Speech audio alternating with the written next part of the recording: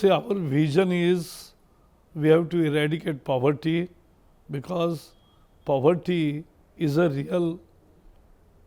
real problem, and therefore growth, but growth has to be sustainable, and that is what our vision is.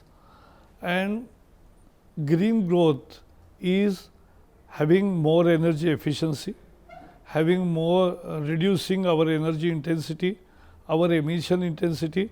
So, you are reducing emission, you are reducing energy consumption, you are using energy more efficiently, you are creating more greens and creating new carbon stocks, and therefore sinks, and therefore you are growing in a balanced manner, you are not destroying. See, every growth will require some destruction, but we have said growth without destruction, development without destruction, because this is possible in a sustainable way. We are not saying that we will not cut a single tree, but if we are cutting a single tree, we will grow 5 trees and will take care of nature more robustly.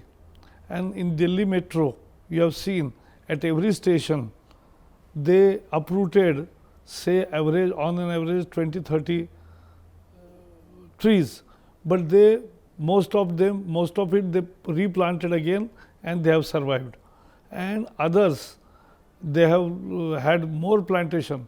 So, greenery has gone up in Delhi due to metro efforts, at least on the part of metros, and also metro has come to a reality. So, that is the way how green growth should happen.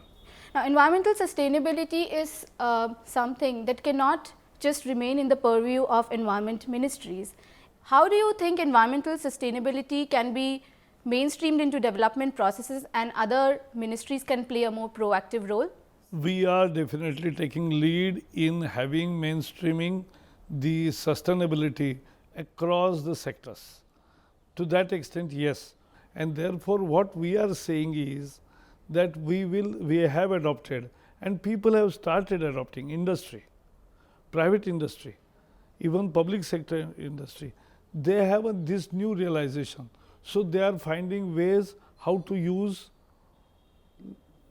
how to save water, how to save energy, and how to utilize it more efficiently, and at the same time how not to pollute, because now people are, I have asked distilleries to go on zero liquid discharge, and now distillery sector has convinced, otherwise they were major polluters, but they have come out of it. So, that is a change India is bringing about. So, with that new environmental regime, and we have made all the stakeholders, industry, ministries, all sectors as partners in progress, partners in sustainable development, and it is not just a mandate of Environment Ministry.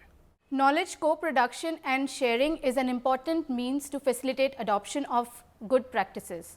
What does the ministry intend to do to facilitate knowledge sharing involving a variety of stakeholders, including industry, research institutes and civil society?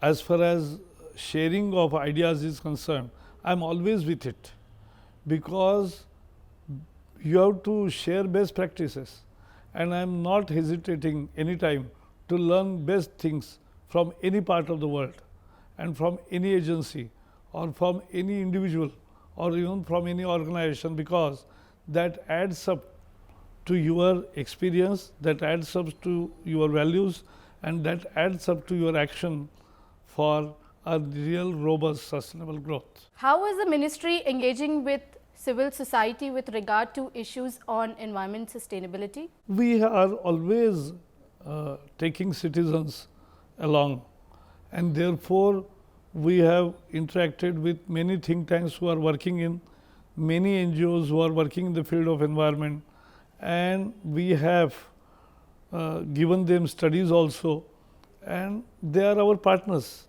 So, they are part of the process.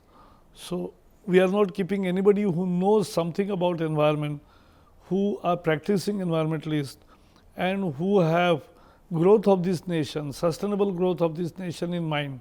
They are all our friends, and we are taking all on board.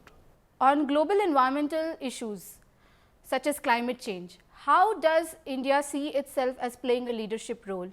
See, India being the part of large networks, and our Prime Minister Narendra Modi is passionate about climate change. He added, earlier the ministry was Ministry of Environment and Forest. He added to it environment, forest and climate change.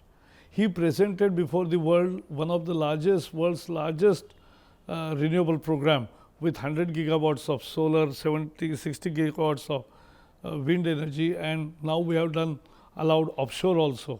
So, we are taking decisions every day, and to that end Prime Minister has now come out with new two concepts of climate justice as well as the concept of lifestyle.